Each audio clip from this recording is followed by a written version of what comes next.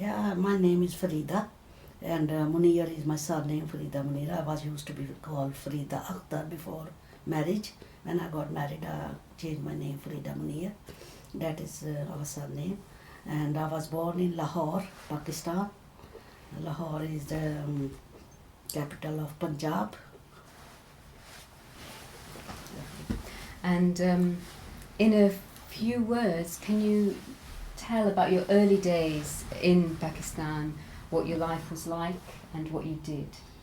In Pakistan, I was studying in matric, which is equivalent to O level. And I was in my last year when I got engaged. I was 16 when I got married. And I just gave my exam and straight away I came here when I was 16. In February 1967 I came into this country.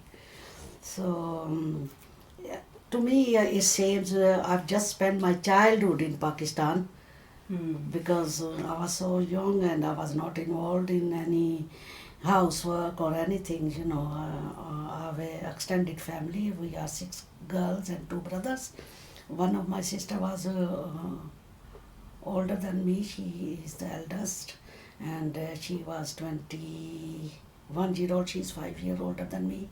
She was not married, but my in-laws wanted to marry their son to me, and then my parents decided, okay, so in those days it was going to be arranged marriages, and they don't used to ask, whether you agree or not, and we've been brought up like wherever our parent will marry us, we will marry happily. I didn't have any objection because since I was growing up, we knew, our parent will do this job. And we had a faith in our parent. We thought, well, they are going to do the best for us. Okay. So, and then we carry on to keep that marriage because we want to bring honor to our parents, and we want to not bring any bad name to the family. And I know you were just in Pakistan up to age 16. Are there any things that you can remember doing as a young girl in Pakistan that you really enjoyed? I was used to enjoy to meet my friends. I was very friendly. I had so many friends, and I remember I was used to play a lot of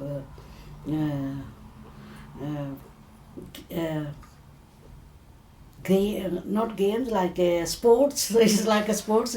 It was used to be like it's a boys game sport. It's like a cricket. We call it gulli danda, and gulli danda is boy was used to play outside in the streets. But when we are over 12-year-old, the parent don't let us to go out, the girls, and I was used to go on the roof, because we have a flat roof there, and I was used to play with my brothers on the roof, and my grandma was used to shout at us. She said, you are grown and you shouldn't do that, you shouldn't do that, But I was very fond of doing these kind of things.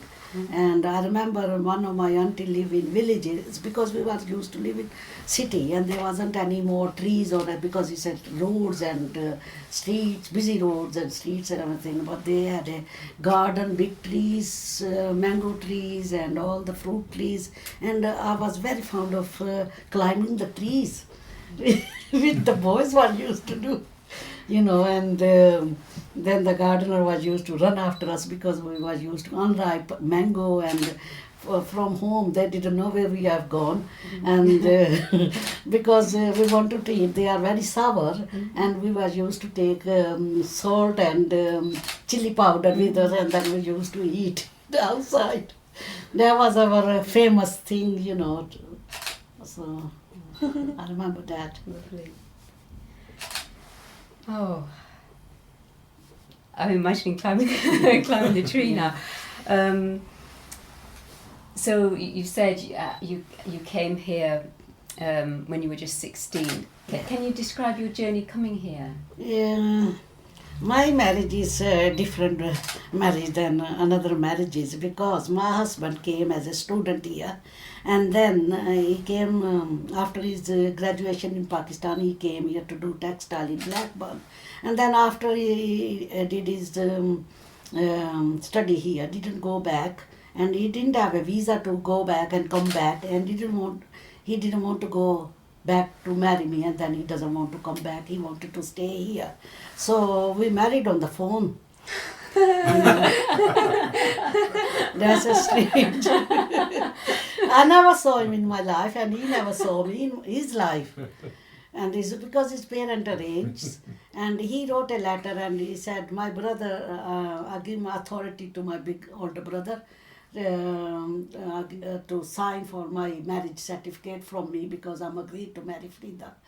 And if they agree, but from my side, my parents called the priest and he asked me, and he said, "Are you agree?" I said yes, and then we got married.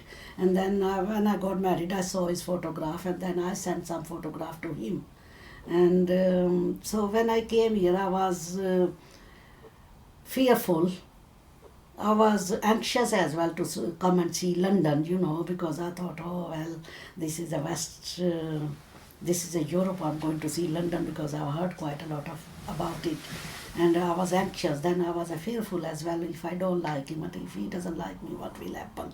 And a strange country. We have no relative in this country. We still haven't got any relative in this country, and what will happen? Then on the way, I met a couple, American couple. They were going to America, and she asked me, "Where are you going?" I told her I got married on the phone. I don't know my husband. He doesn't know me. And she said, "Can you show me your photograph, his photograph?" So I showed his photograph, and she said, "Don't worry, we are going to New York, but we are staying overnight in London, and when." When you will go to London, and I won't let you go alone. I will find your husband, and until you find your husband, I won't leave you." So she was very nice, and I've been talking to her all the way through. And then when we came to London after the immigration, she went and she said, "Sit on the bench," and she said, "I'll come in a bit." And then she went and asked, "Where is Mohammed Munir?" And when she met him, she came to me and she said, "Come on, I'll take you." And she took my hand and give my hand to him. And she said, "This is Farida," and that's very nice of them.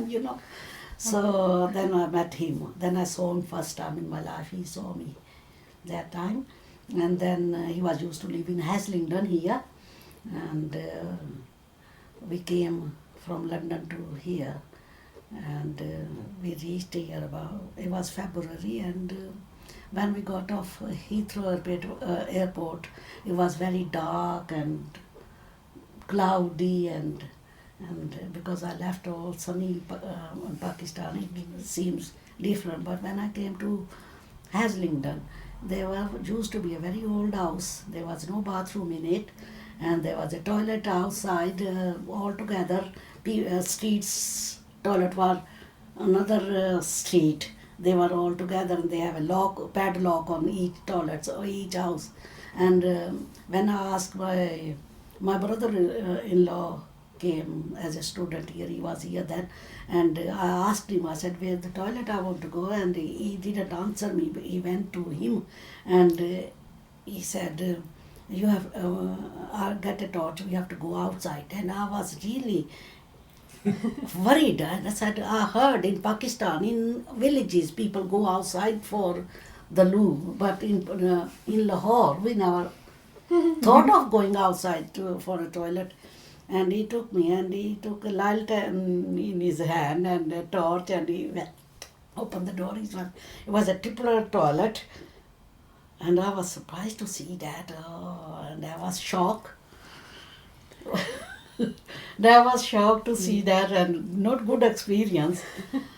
Well, then I didn't like here first, because I was looking at the houses, looking in Haslingden, all the smoke coming through the chimney, dark, and I said, "Oh, what a country I have come," And Was not a good experience to come. I wasn't happy at all. I was very, very upset, missing my family. All because I was the first of my family. All my brother, sister, they were all teenager, young. My younger sister was only 2.5 year old. You know, they were family full. My grandparent was used to live with us. I was missing them, and then on top of that, the atmosphere in here wasn't very appealing. You know.